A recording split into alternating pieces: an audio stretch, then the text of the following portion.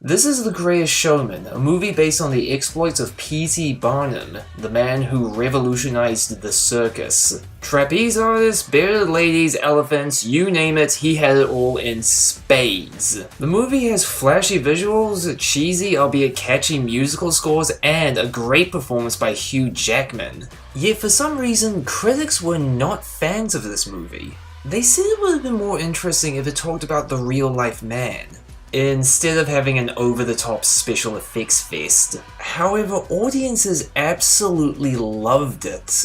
The divide in score between audiences and critics is striking. But why is this? Is The Greatest Showman a bad movie, or a great feel-good movie?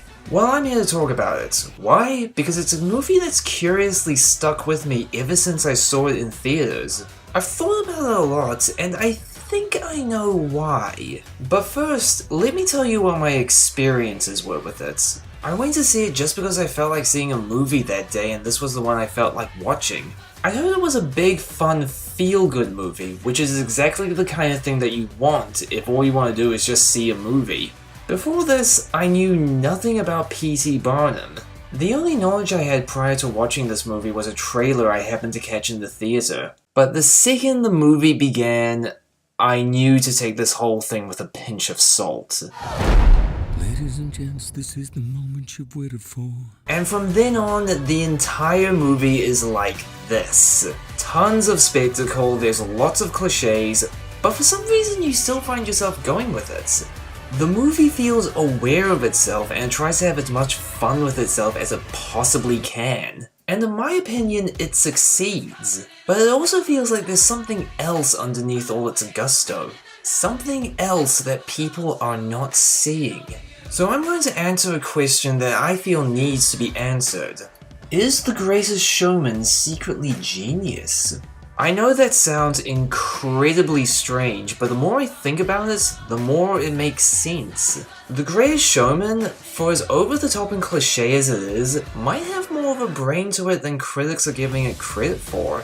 So why not? Here are my reasons why I think The Greatest Showman is secretly genius. The first thing to do is to talk about the man himself. The movie does not follow the events of his life at all. Barnum was a showman for the circus, but he wasn't the one who invented it. He was just the one who modernized it how we see it today. He was also a businessman and a politician, which are two things the movie never touches on. There was never an angry mob who wanted him and his performers out of town. There was also never a love triangle between him, his wife, and a singer. There was a fire that burnt down his museum, but nobody knows what caused it. And he didn't start the circus until he was over 60 years old. But there was one thing that was true about him. He put on what was, at the time, the greatest show on Earth.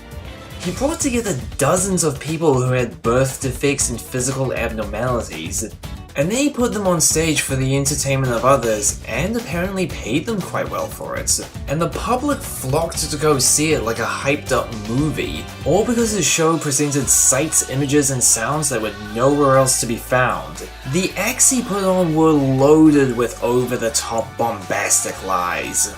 To him, more was more. He always believed in making his shows big, spectacular, exciting. And that was the whole point of it all, using unusual imagery to make people smile. Which leads me to why I think this movie is secretly genius. It represents that exact kind of work that he did. The movie clearly doesn't care about facts or real life, but what it does care about is putting on a show for the audience. And much like with Barnum shows, it's not about realism, it's about escapism. I actually think the people who made this movie knew that the critics were going to hate it. Which is why one of the characters in the movie is a critic who's trying to defame him.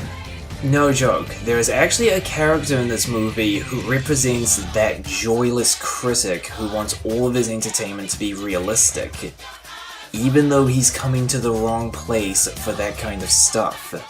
Tell me, Mr. Barnum, does it bother you that everything you're selling is fake? Did his smile seem fake? Doesn't matter where they come from, the joy is real. Doesn't that just come off as a little bit meta to you? Like, imagine going to see one of the Marvel Cinematic movies, but you want it to be a dark movie that challenges you and makes you think. You're going in for the wrong reasons. Why take a movie seriously when it's not taking itself seriously? That's why I think this movie is a lot more clever than it looks. It's not representing the man, it's representing his work. His shows were about making people happy at all costs. This is a movie about making people happy at all costs. Imagine for a moment if P.T. Barnum was alive today, but he was a movie maker instead of a showman. This is probably the kind of movie he'd make. So in a way, it actually is the perfect homage to P.T. Barnum because of the parallels to his legacy. And if there's one thing I've learned from all the weird media that I consume, it's that it's possible to have complexity underneath the simplicity. And at the end of the day, sometimes all you do need is just something that puts a smile on your face. It's everything you ever need. And it's here, right in front of you.